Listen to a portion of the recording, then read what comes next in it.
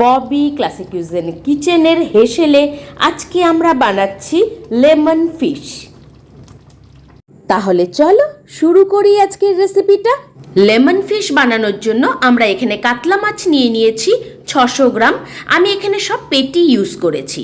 দিয়ে দিচ্ছি 1 চা চামচ চিলি ফ্লেক্স, আর দিয়ে দিচ্ছি 1 চা চামচ রসুন কুচি, আর দিয়ে দিচ্ছি নুন 1/4 টেবিল স্পুন।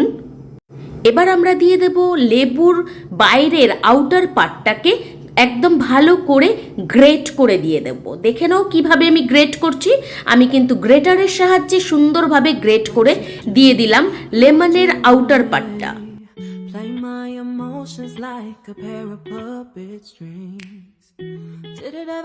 এবার আমরা দিয়ে দেব রিফাইন্ড অয়েল ছোট চামচের 2 চা চামচ, আর দিয়ে দেব লেমন। একদম গোটা একটা লেবুর অর্ধেকটা, বড় সাইজের লেবু হলে অর্ধেকটা পুরো রস কিন্তু এখানে দিতে হবে। এবার ভালো করে ম্যারিনেট করে নেব হাতের সাহায্যে। খুব ভালো করে সব ইনগ্রিডিয়েন্টসকে ম্যারিনেট করে রেখে দেব আধ ঘন্টার জন্য। গ্যাস অন করে কড়াই বসিয়ে দিলাম, আর কড়াইতে দিয়ে দিলাম 1 চা চামচ, বড় চামচের 1 চা চামচ বাটার। বাটার ভালো করে মেল্ট হয়ে গেছে। এবার কিন্তু আমরা অ্যাড করে দিচ্ছি বড় চামচের 1 চা চামচ ময়দা। আমরা কিন্তু এটা হোয়াইট সস বানিয়ে নিচ্ছি। ময়দাটাকেও খুব ভালো করে ভেজে নিতে হবে। দিয়ে দিলাম 1/4 টেবিল স্পুন নুন, আর দিয়ে দিচ্ছি 1 চা চামচ oregano.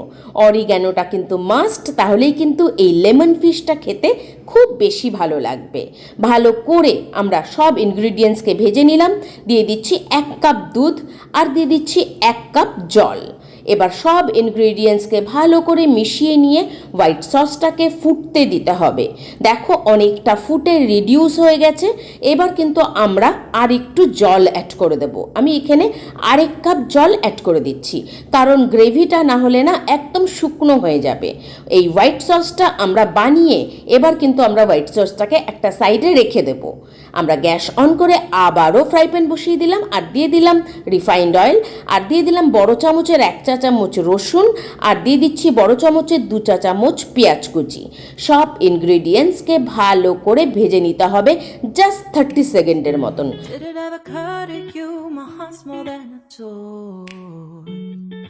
Please go easy on me, babe. 30 সেকেন্ডের মতন ভাজার পর আমরা অ্যাড করে দিচ্ছি ম্যারিনেটেড ফিশগুলোকে। আমরা কিন্তু গ্যাসের ফ্লেম রাখবো এখন লো টু মিডিয়ামে। আর আমরা যে গ্রেভিটা ছিল না ফিশের মধ্যে, সেটাও অ্যাড করে দিলাম।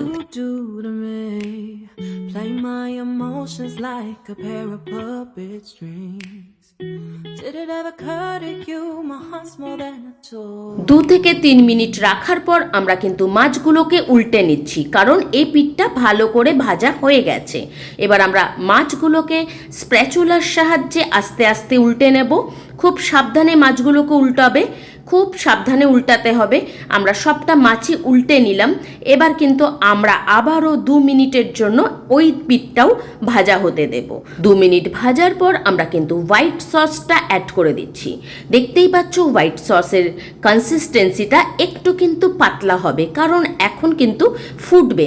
তাই ঘন করো না তোমরা। ঘন যদি করে ফেলো না, তাহলে এখন কিন্তু মাছের সাথে দিলেই ওটা আরও বেশি স্টিকি হয়ে যাবে। এবার কিন্তু আমরা অ্যাড করে দেব গরম মশলা 1 চা চামচের মতন। পুরো 1 চা চামচ গরম মশলা অ্যাড করে দিলাম। এবার গরম মশলাটাকে ভালো করে মাছে মিশিয়ে নিয়ে উল্টে পাল্টে একদম গ্রেভিটার সঙ্গে মিশিয়ে নিতে হবে। গ্যাসের ফ্লেম কিন্তু এখন থাকবে মিডিয়াম টু হাই। এবার কিন্তু আমরা অ্যাড করে দেব অরিগ্যানো। অরিগ্যানো আবারও 1 টিস্পুনের মতন অ্যাড করে দিচ্ছি আমরা। আর আমরা এখন অ্যাড করে দেব বাটার। বাটার আমরা এখানে 1 চা চামচ অ্যাড করে দিলাম। এই লেমন ফিশটা কিন্তু দারুণ লাগে বাসমতি চালের ভাত দিয়ে আর ফ্রাইড রাইস দিয়ে। তোমরা কিন্তু অবশ্যই আমার মতন করে বানিও। এটা একদম ডিফারেন্ট রেসিপি, এটা ইউনিক রেসিপি। এটা তোমরা ট্রাই করতেই পারো।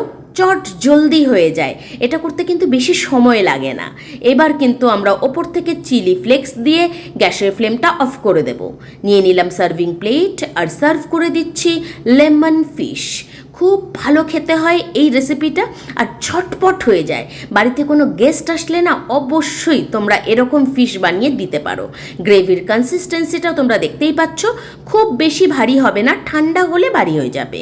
ওপর দিয়ে দিলাম চিলি ফ্লেক্স, আর আমরা এবার ওপর থেকে দিয়ে দেব আবারও গ্রেট করে লেমনের আউটার পার্টটা। দেখো কি সুন্দর হয়েছে লেমন ফিশ, দারুণ দেখতে হয়েছে, খেতে তো অসাধারণ হয়। তোমরা কিন্তু অবশ্যই আমার মতন করে ট্রাই করো। তোমাদের যদি এই রেসিপিটা ভালো লেগে থাকে তাহলে অবশ্যই লাইক, শেয়ার, সাবস্ক্রাইব করে দিও, আর পাশে থাকা বেল আইকনটাকে হিট করে দিও, তাহলে আমার আসার রেসিপি সব থেকে আগে তোমরা দেখতে পাবে। যারা বড় আছো তাদেরকে আমার প্রণাম। Next day you hit me back like nothing happened.